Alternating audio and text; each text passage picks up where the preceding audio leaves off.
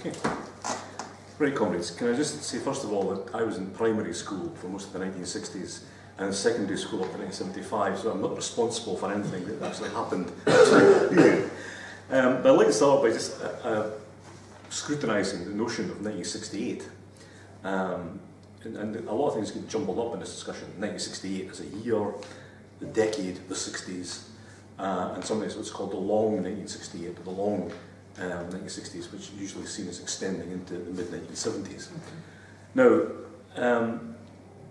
just looking at it as a year isn't very helpful, because lots of things preceded 68 and fed into it, a lot of things came out of it and didn't stop in 1968, and I think no single year really is very helpful to look at it in isolation, even things like 1956 and so on, progenitors and successors. And what tends to happen is people look at 68 purely as a year in itself, and they tend to emphasise students mainly. Okay, look at the general strike in France, maybe what happened in Northern Ireland, but by and large it's about students. Now, if you look at a longer period, that becomes much more difficult to do. Students are important, but they're not the most central thing about the whole period. So there's another way of looking at it, which is the 60s as a decade, but I'm opposed to any kind of looking at decades. But I mean, we all use this as a kind of shorthand, the 30s, the 50s and so on, but actually it doesn't really fit, because some things start in the middle of the decade, some begin towards the end. It's what people tend to do. I'm thinking here of Arthur Marwick in particular. There's a book called The 1960s, which starts in 1959 and finishes in 1974. It's like, come on, if you're going to call it the 60s and make it about the 60s, that's just stretching it to the point where it's meaningless, really. But there's even worse, which is by people even longer extended periods. In France particularly, there's a way of talking about the 1968 years, which starts with the Algerian War of Independence and ends with the election of Mitterrand in 1982. It's like, well, it's entirely arbitrary. I mean, why not start with the resistance to the Germans in 1945 and finish with the strikes, to defend the public sector in 1985, if you're going to extend it in that kind of way. So I think we have to look at what is actually a significant block of time. And what I suggest is that 1968, the long 1968, by which I mean from 1968 to about 1976, is what I call international revolutionary conjuncture, which we can see earlier examples of that, I think, in 1917 to 1923, and maybe from 1943 to 1949 would be there too, I think, in the 20th century. Some people argue for 1848, 49, and 1905 to 1914. I don't think so, because I think they're not extensive enough. What I'm talking about here is a thing that is international, possibly even global. It's not just that the revolution, the socialist revolution, is possible in general material, conditions are ready for it. That's been the case since about 1900 or earlier. And neither is it an actual revolutionary situation where you have to see state power or not, and it's a kind of, like October 1917 or September to October 1917, where the moment is like short and you've got to make a decision. This is a kind of period where all sorts of possibilities open up, of greater intensity in some places than others, some more immediate possibilities of fruition, which lasts for a finite period of time, usually 7 or 8 years, and then basically stops, or begins to fade away, or other things begin to happen. So that's what I think we're talking about when we talk about 68 in this kind of way. One thing is, I'll just say a bit about conjunctures in general that I've described here. One thing that's characteristic of all of them is they don't start with economic crises. 1917 begins with the Russian Revolution and is really brought about by the inter-imperialist conflict that generates that revolutionary upheaval. 1943, it's the kind of, partly it's Stalingrad and the Battle of Kursk and the defeat of the Germans in Russia, and then the Allied invasion of France, which stimulates resistance and the beginning of mass movements against fascism and so on. So none of this got anything to do with economic crisis. Neither is 1968, because it took place not at the end, but towards the end, but not at the end of the great post-war boom. In fact, the crisis is something that maybe brings it to an end rather than actually kicks it off. And we can see subsequently, 2008 doesn't really lead to a huge immediate revolutionary upheaval. So it's not to do with economic crisis as such, and I think that we need to reject kind of economistic notions that that's what causes revolutionary conjunctures to happen. It doesn't. So, just some other general factors. All of these conjunctures involve movements which already exist, but change in the context of the new conjunctural period. So think of civil rights movement in America, which has been going on since the mid-50s, but by the late 60s, it becomes something much more radical, much more militant, black power, black liberation begins to emerge as a kind of claim rather than simply, the demand for equal rights, much more linked with revolutionary issues. The movements are what Lenin, talking about 1917, calls heterogeneous, dissimilar, contrary movements. You have lots of different things happening, some which relate to each other, some which don't, but they all, what he says, they merge, they overlap, they kind of pull together, and people, crucially, and the third thing is people see there's a connection between them. People understand that the struggle they're taking part in is also met with some other struggle somewhere and is involved in it. So, the international aspect of it is that we've seen, historically there have been revolutionary moments in individual countries, or in the case of the Paris Commune, individual cities, but they haven't really had the possibility of extending. So Spain in 1936, maybe Hungary in 56, Bolivia in 1952, they're all important, but they're quite isolated at that time. And if they had been successful, that might have generated a kind of demonstration effect, but actually we don't know, because nothing's ever really succeeded on that kind of individual basis. Certainly the Russian Revolution wasn't isolated. It was isolated ultimately because it wasn't joined by the revolutions, but it was part of a general movement of revolutions happening across Europe at that time. And all of these things are triggered by particular events, as I've suggested there. So 68, if you look at it in this long-term, this kind of extended way, I think if you're looking at what's happening, we have to reject this kind of three worlds view of 68 that sometimes get talked about. And that's the general bourgeois notion of the first, second, third world, but also a kind of orthodox Trotskyist way of looking at the world in which you've got permanent revolution in the third world, political revolution in the Stalinist states, and good old-fashioned socialist revolution in the first world. Actually, it's much more complicated than that. Not least if you don't think that the Stalinist regimes have anything to do with socialism, then really you have to go under a political revolution to remove to remove them. I would rather think it was a continuum with the dominant imperialist powers at one end, and the actual colonies, which there were still some in the late 1960s at the other end, and the sort of Stalinist regimes occupying a span in the middle between them. So it's also important, however, to see that this is a global event, and there's a lot of literature now at 68 which talks about the global 68. And actually it's important because if you think about France in May, the student uprising is enjoined by a general strike of workers, but actually similar things happened in Uruguay, in Montevideo, in exactly the same time, or about a month later.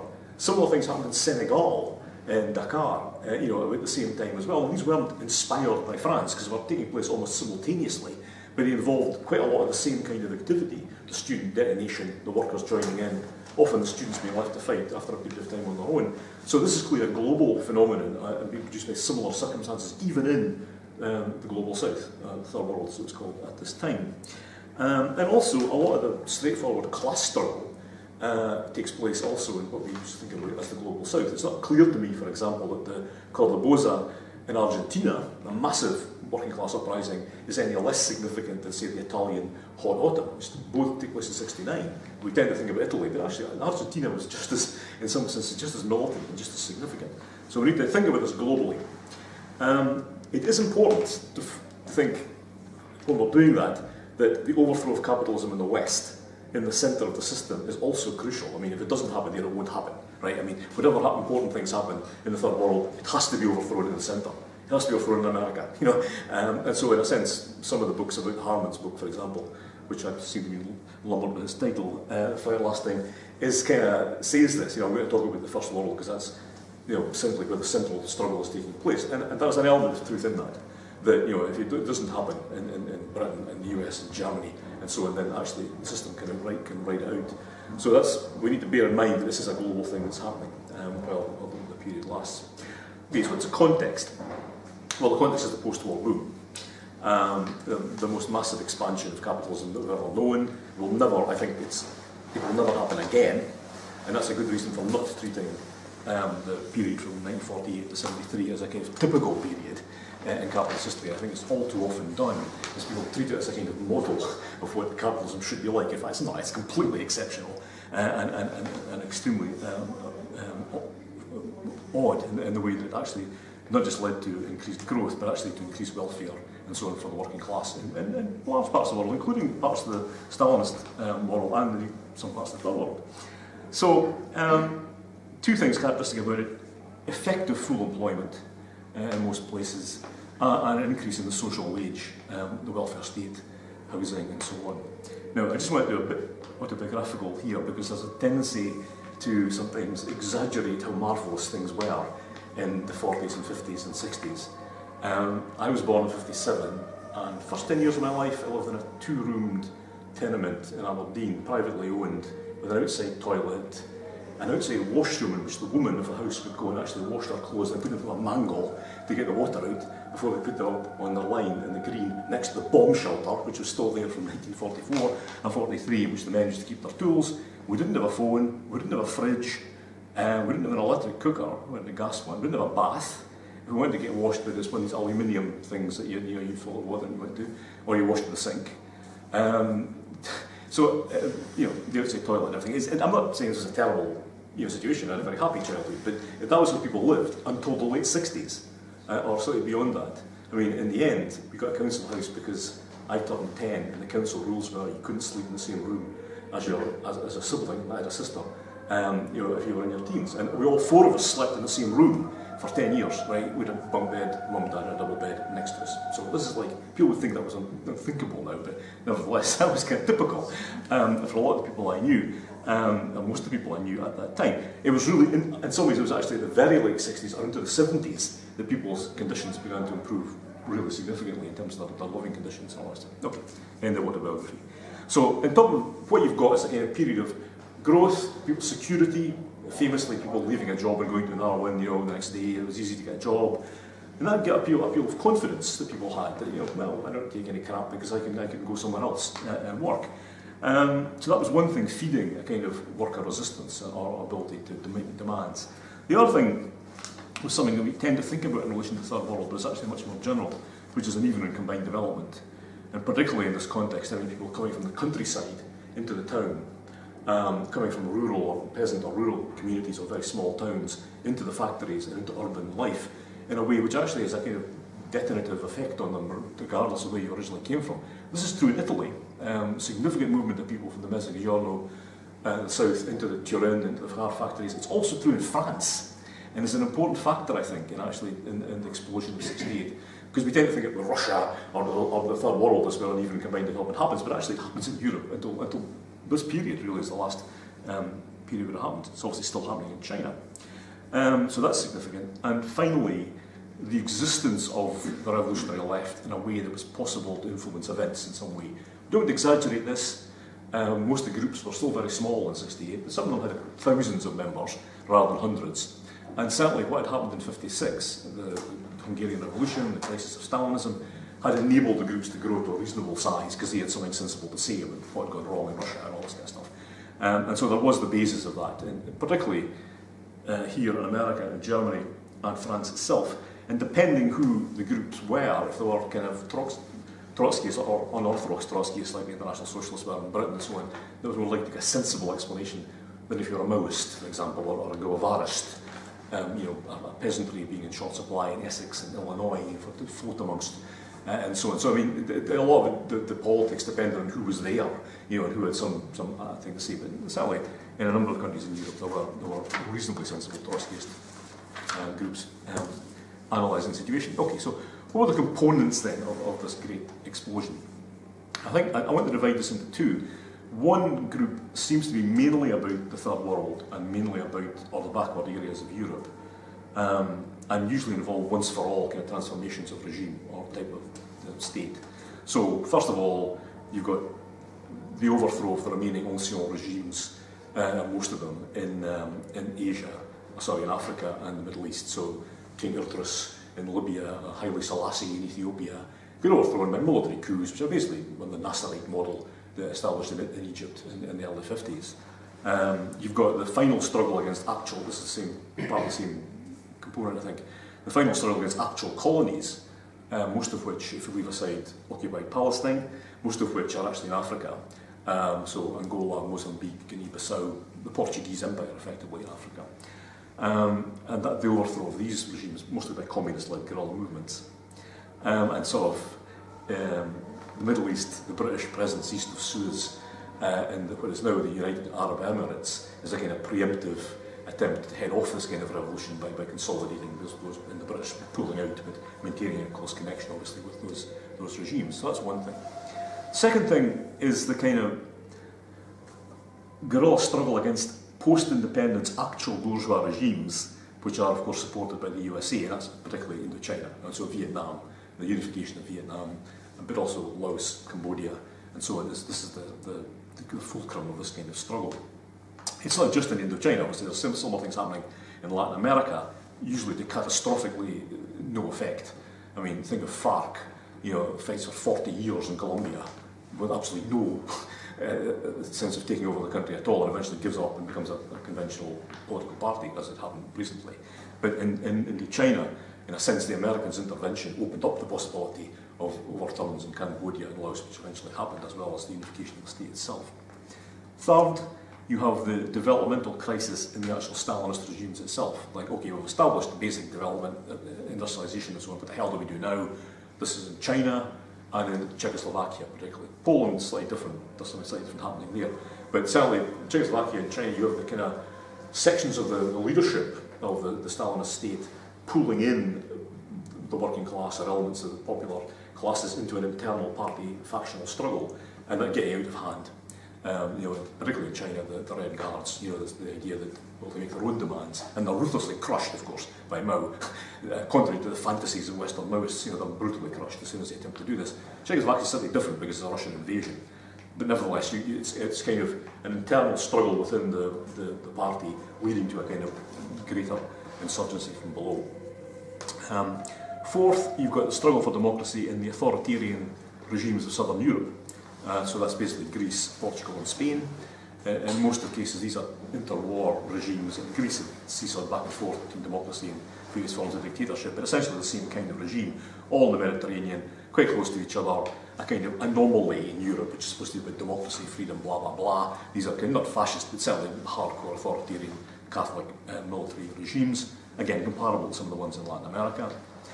And finally, in this section, you've got the struggle for equal rights against regimes which deny them on ethnic or racial grounds. So that would be the Catholic presence in Northern Ireland, the black population of South Africa, to a certain extent Rhodesia, the southern states of America, which, I mean, obviously there's a general civil rights struggle going on in America, but in the South there's something slightly different, the remnants of Jim Crow and so on, as a kind of way of excluding people in much more systematic kind of ways. So this is all happening, right, at the same time, and all these things are already happening in '68, but again, will take on a slightly different significance as we get into the year itself. All of these things could be anti-capitalist, but in the same way they could actually be accommodated to the system in its general kind of ways, assuming as I am that the Stalinist regimes are forms of state capitalism. There are some other, turning to the kind of the second lot, and this is much more to do with the West, although some of the things, students in particular, also happen in the Global South. I'm excluding some things here, like what you might call national movements in the developed West, of which of course Scotland was one of the first, but Quebec and Catalonia, because they don't really emerge as individual movements at this time. In Catalonia, the Franco regime is still in power, and the Catalan struggle is still part of the general struggle against Francoism. In Quebec, it's much more part of the working class struggle, the general strikes in 1970 and 72, the huge upheavals, which it's not really particularly a nationalist movement at this point. Scotland is quite exceptional. I can't for the life of me see the SNP in 1967 as being part of a revolutionary movement to overturn capitalism, even by accident. So I'm not going to include that at this point. I mean, okay, you could say it's a threat to the British state. I think Tom Nair massively exaggerates this at the time. I think it subsequently has become a threat to the British state, but that's a new period. So I'm not going to talk about that too much. So the real components, I would say, are these. There's not 5. One is the anti-war movement against the war in Vietnam, and by extension the other parts of Indochina. And of course that's very much tied to the outcome of the war, because the war, the anti-war movement will only go on as long as there's actually a war going on. You know, so in a sense it's connected really intimately with what's happening in Indochina itself. Secondly, and this is where we do come to the question of students. Obviously students before 1945 had been a small privileged group, really the sons and daughters of the ruling class being educated to take on that role. After World War II, and as we get into the 60s particularly, there's a huge expansion of student numbers, and it's much more about educating white collar, not necessarily middle class, but certainly white collar people in service kind of jobs and technical occupations. Yeah, at the one hand, intellectually developing them so they can do these things, but at the same time trying to damp down any possibility of radicalism emerging from what they're actually being taught. So students are a kind of new group. They're not a class, obviously. There's some lunatics trying to argue this at the time. As anybody looks back at such classics that we all have to view as James Wilcox's 2 tactics, in which we're told that the students can be a sociological inaccessible bays like urban guerrillas or rural guerrillas in Cuba because they're sociologically inaccessible to the police. And this actually didn't work out too well in Greece, as I recall. But there's a kind of the nonsense people spoke to the students at the time. It's unbelievable. Some people here will remember, but they're not a class. But neither are they what Alex Clinicus once called an oppressed group, I think in 1975, because it's like the students aren't. Well, I don't think they're oppressed, but they're also not a group because you're not a student forever. I do know some people who try to be students forever, but by and large, you don't stay a student. You go in and do something else. You get a job, which could be a number of different class positions, but it's not. You don't carry that with you forever. There might be an argument now about unrepayable student debt, meaning that students have become an oppressed group, but that certainly wasn't the case in 1968, so I think we just have to reject that. Students are a new social formation, a temporary and transient one, who obviously participate in political life, either participate in things like the anti-war movement and various other struggles, or they fight over their own kind of issues, like the size of the classes and what they're being taught, and and racism on campus and things like this. Or even a variant of that would be to protest about things that the university does. For example, cooperating with the arms industry or with the state and so on, that's something true, but they're not certainly a class or an oppressed group. It's an additional situation.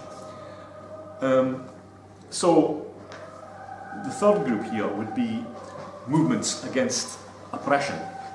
Now here, the black movement in the States is quite specific, and this is partly because in America the black population is much bigger than anywhere else, and it's not something that's post-empire.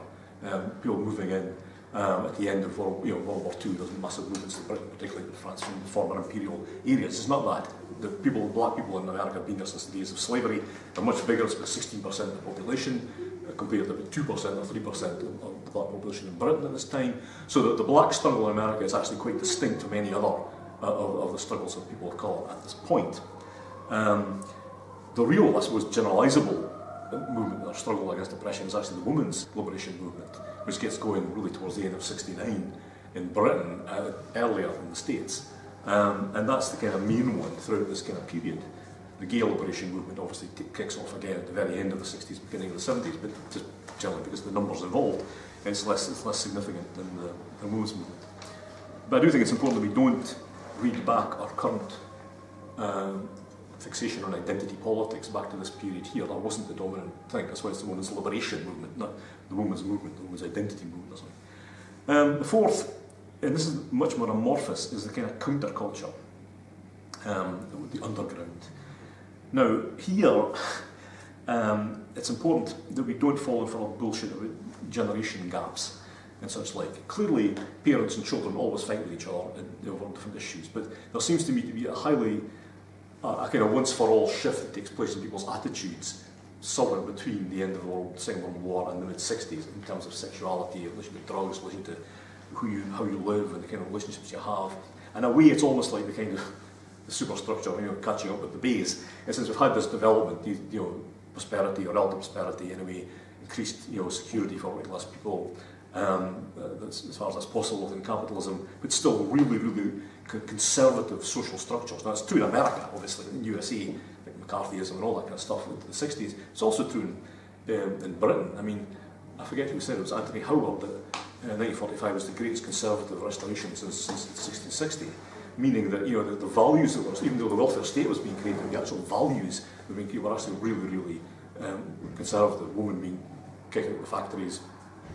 The oppression of homosexual men was extraordinary. It's only now beginning to be fully told by David Neiston and various other people in their histories of the period. The ferocious legal attacks on them, the bans on abortion, the censorship in the theatre, on and on and on. And this only began to be changed in the late 60s, often before 68, by the way, through arguments within the ruling class itself about shifting some of these things. So there's a kind of resistance to that, which feeds in with a kind of two other things. One is bohemia, by which I mean the kind of, since the 1840s, there's been a kind of aesthetic revolt against capitalism by people who want to live, well, as if they were throwing it, but who hate the bourgeoisie because of its ugliness and kind of ignorance and general vulgarity, and kind of want to live in their own little corner of it. This is obviously a French thing to start with, but it does actually picked up in most other countries. And by the 60s, the Beats in America, there's a kind of echo of that in Britain as well, which feeds into hippie when that happens, when it takes off, 66, 67, 68. So it's a kind of,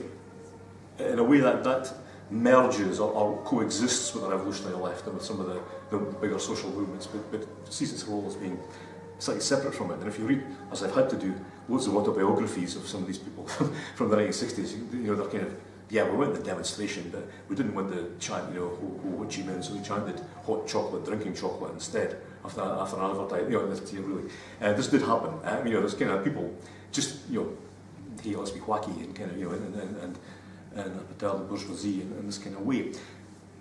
That's bad enough, but more pernicious than that even is what come to be called hip capitalism. You know, you've got hippies, you've got people who want drugs, who want clothes, who want certain kind of records. So let's sell it to them. You're going to get it in boots, you know, or whatever. So, you know, there's a kind of commodity culture grows up of selling stuff to people, which sounds quite radical and underground and so on, but can be accommodated and was accommodated. Finally, so I think here of two people, Bill Graham, the American rock band promoter in the States, who put on the Jefferson Airplane saying songs about revolution, you know, we are forces of chaos and anarchy, and making lots of money out of it, because the kids wanted to hear people singing songs about this kind of stuff, so they sold it to them, you know, great. Or in this country, and God, I loathe this man, but there's a photo of Tarek Ali and Vanessa Redgrave at the edge of this is March 1968 in Grosvenor Square, and they're just about to enter the square, and they're standing at the front of the gates, and behind them, peeking out over their shoulder, are the adolescent features of Richard Branson. This has captured at least 3 or 4 photos. Now, Branson, an absolute swine, but a characteristic capitalist of the neoliberal era. Was he insincere? Did he? I assume he went because he agreed with them. You know, he did agree with the anti-war sentiments, but nevertheless, he became this person who's now so characteristic of it. Not only did he inflict Mike Oldfield on us in Tubular Bells, but he did actually use the Sex Pistols, you know, to be fair. But you know, this kind of way in which people went from being, you know, sort of doing this kind of the hip capital thing into becoming actual full-blown normal, you know, capitalists owning the railway system and all this kind of stuff. But that kind of was a kind of background to it, in which people pushed for just the kind of general way we want to live the way we want to live, in ways which merged with these kind of underground developments. Finally, what about the workers? I've already suggested that there's a kind of increased confidence people had because they knew they could win certain demands in terms of wages, conditions, and so on, which, you know, certainly hadn't been the case in the 1930s. And also the input of, you know, uneven and combined development in parts of Europe, even as far west as France. Now, at this point, it has to be remembered, and this is why the general strike in France was so shocking, was because for years, even great sociologists like C.R.A. Mills and this country, John Goulter, were going, there'll never ever be a working class revolution, there won't be any uprisings, or, you know, the way we remember in the 30s, that was all over, people have accepted the system, of course there'll be struggle over wages, but there won't be any huge upheavals again. The most famous case of this, of course, is the unfortunate André Gorz, who wrote an article for Socialist Register saying there would never ever be a major political general strike again in France, two months before the general strike in May '68. And of course his article came out in August, so he looked really, really stupid, deservedly, for making this kind of claim. Because actually, there had been a wave of strikes in France developing from the early 1960s, often in the west of the country, often involving new workers who had just begun to be radicalised and who hadn't been, in a sense, incorporated into reformist kind of trade union activity and so on. And if anyone had been paying attention, you could have seen that was beginning to build up. So the thing didn't come out of the blue completely. It was just nobody was really looking at what was happening when these explosions began to take place.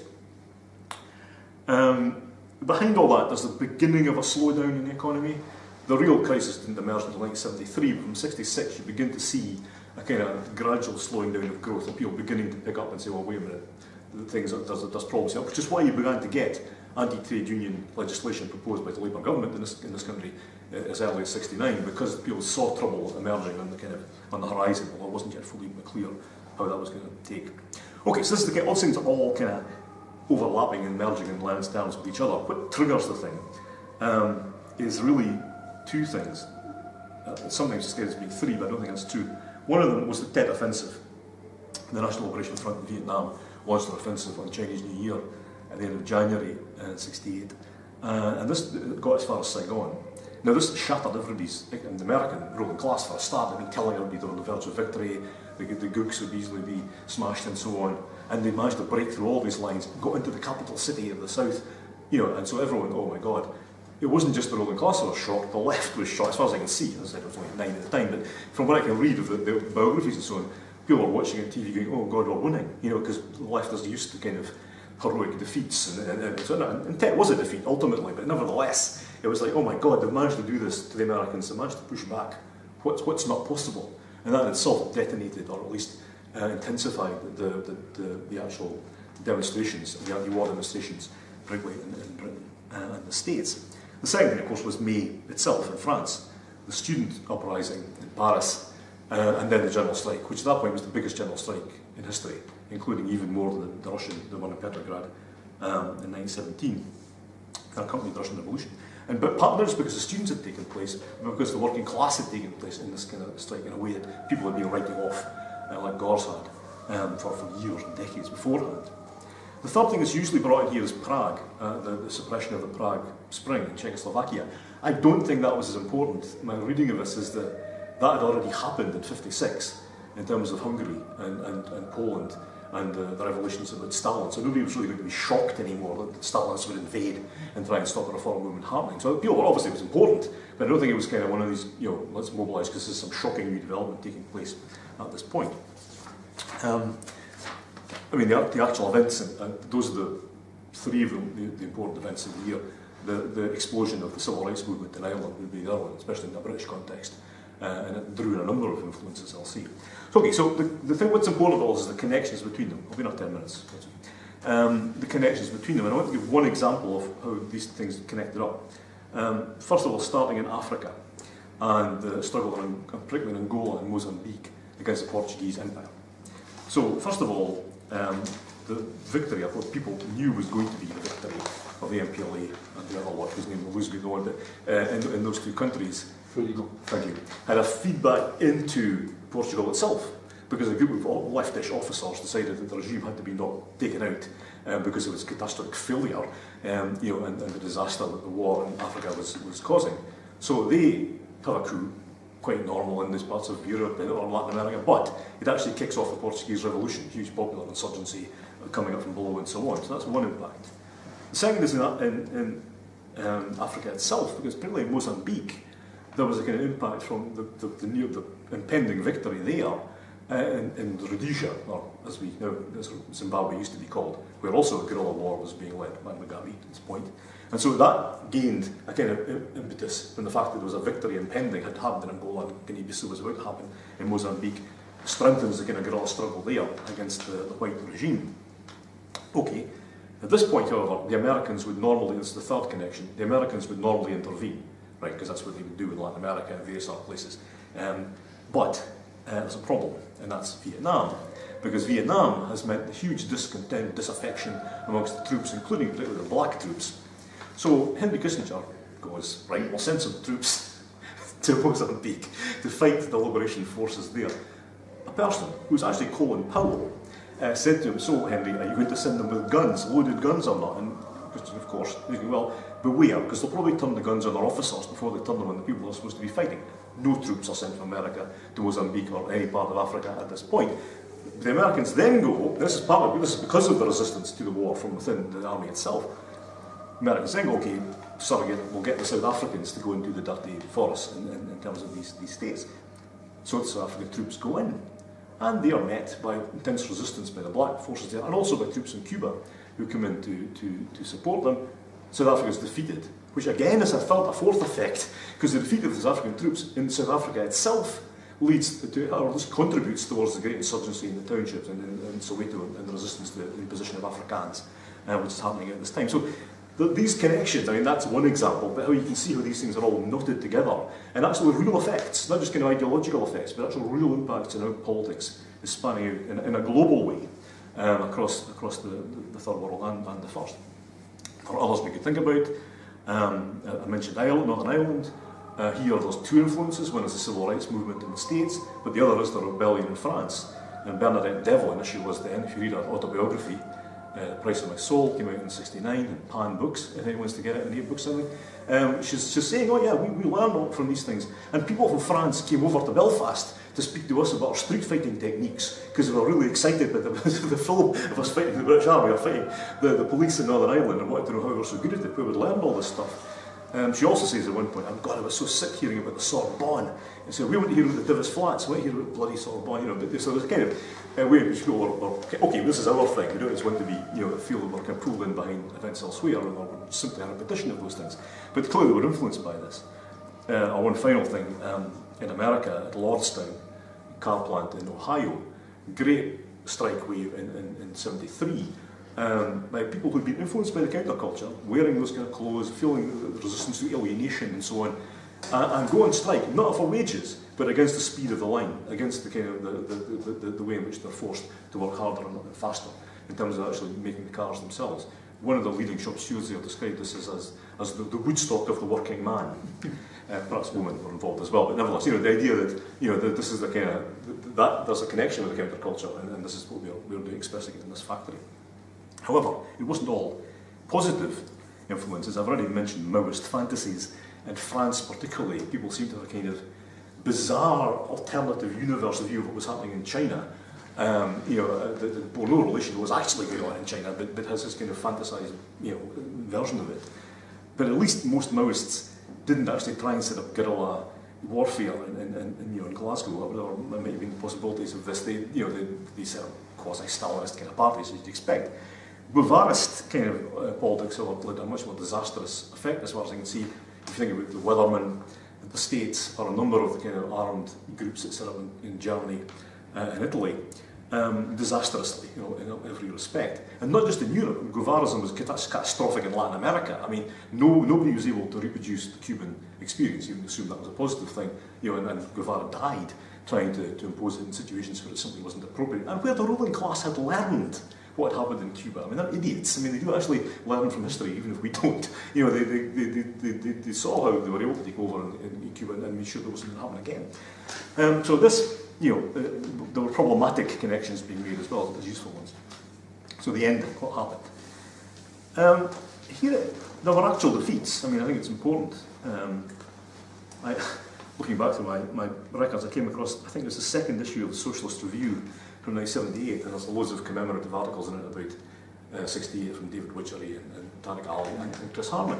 And what's interesting, Harman says at this point, of course, the struggle's still going on. The thing that started in 68 is still happening now. There's only been one defeat, and that's Chile. And I thought, whoa, you know, that's like, I remember reading that at the time, but I hadn't really clocked it, but it's like, really, you're saying this, 1978? I mean, he changed his position quite soon after that. But I mean, there had been quite a lot of defeats. It wasn't just Chile. I mean, Czechoslovakia, obviously 68. Ceylon, the field insurrection in 71, or Sri Lanka as it's now called. The Chilean coup, the Uruguayan coup, the Argentinian coup, the Thai coup. Most of these in 76, right at the very end. You know, so it's half a dozen quite serious defeats. But okay, that's not the world, and it's not everywhere. But beyond that, you have what I sometimes call the catastrophe of victory. And I'm thinking here particularly about Cambodia. Kampuchea, and kind of, you know, if that's socialism, why are we fighting for this? You know, if it's a genocidal worker state, presumably, you know, killing people and so on, and then the war between Vietnam and Cambodia, then China and Vietnam, and so on, and it's, you know, the idea that we'd struggled and supported this, and this is what it ended up like, you know, the ethnic cleansing of Chinese and Vietnam and the boat people and so on. So that had an impact, I think, an effect. However, the real problem, I suppose, is that it was possible to have victory over the immediate issue that was confronting people without that necessarily leading to socialist conclusions. And I think that a lot of people on the left, and I think this is also true of the IS at the time, had the assumption it was permanent revolution or nothing. It was defeat or victory. You know, there was no sort of compromise possible. But actually, in Greece, in Portugal, in Spain, the regimes fell, and you didn't have a revolution. What you had was a kind of, you know, usually a socialist party, untested and previously and quite new, coming into the breach and actually promising reforms, and of course people go, well, okay, let's give it a try. And you know, that happened not just in those three countries, but elsewhere. Britain, I mean, the few actual victories, overthrow of the regime or government, I suppose. One was in Pakistan in '69, although that then led to the breakup of the country and formation of Bangladesh and so on. But one was in Britain in '74. I mean, you know, Heath gets brought down by the miners' strike in '74, and the miners' strike was still going on during the election that he called, and effectively that's what leads to his defeat. They were stepping into the breach as always, and you know, and you get a kind of winding down. At this point, the the economic crisis has returned, and in a sense it's about, okay, what do we do? Workers are going, well, what do we do now we're in crisis? It was okay when we were in the boom, but can we still carry on fighting in the same kind of way now we're in this situation? And therefore it makes it easier to listen to people and say, leave it to us, we'll make reforms, we'll do this, or let's compromise with the government and so on. And that wasn't just in Britain, that was Italy, France, and a number of other places as well. Finally, I suppose, if there isn't a working class solution to the problem, there will be a ruling class solution. One of the events I haven't mentioned up till now, of course, was Enoch Powell's Rivers of Blood speech in 1968. And we tend to think about that in relation to simply to racism and Powell's position. But actually, Powell, an interesting character in terms of ruling class ideology, because he was one of the first people to put together the kind of package that we thought of later as Thatcherism, in the sense of quite conservative or reactionary positions on race, particularly, but also in the family, gays, and all the rest of it. But markets, what we now see of as neoliberalism, the kind of market domination, and that was his position. And although he expressed it in such a way, because it was so tied up with the racial question, that even the Tories wouldn't touch it at that time, but the economic aspects of that, in a sense, got built into Thatcherism, and the response to the events of '68 and so on, and the crisis that emerged, was a ruling class one that said, okay, let's try and take control of this. You know, they didn't know what they were doing, really, between '68 and '75 or thereabouts. So it wasn't a coherent kind of ruling class response.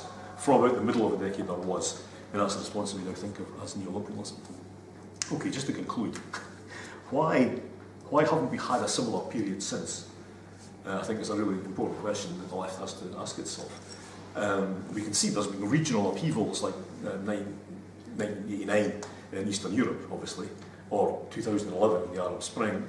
We've seen moments where you've seen almost global kind of like the another world as possible stuff from 1999 onwards, merging into the anti-war movement in Iraq. And by the way, the demonstrations against the Iraq war were far bigger than the anti-Vietnam war was. I mean, let's be clear about that. You know, the biggest one in London was far larger than the biggest one.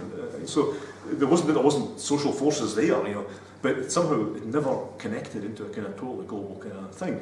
The nearest we came to that was probably around about 2011. Well, the Arab Spring is going on. You've got Occupy, you've got the movement of the squares, and slightly later you've got the Scottish referendum, which I see as part of that movement. But they're kind of separate and distinct. Nobody really feels they're part of a kind of global movement at that time.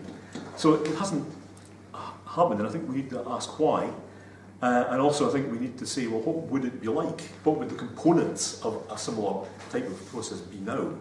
And I'm throwing this open to you. I mean, I think things like the environment and catastrophic climate change would be one issue, migration in a number of ways would be another, resistance to populist right wing and so on. I mean, we can think of a number of things, how they might connect up, but clearly that will be different. So, the process I'm saying is we should remember 1968 and we should celebrate and all the rest of it, but our real task is supposed to think about how we would set the conditions up, what we can do to make sure something like this happens again, when recognising it when it happens.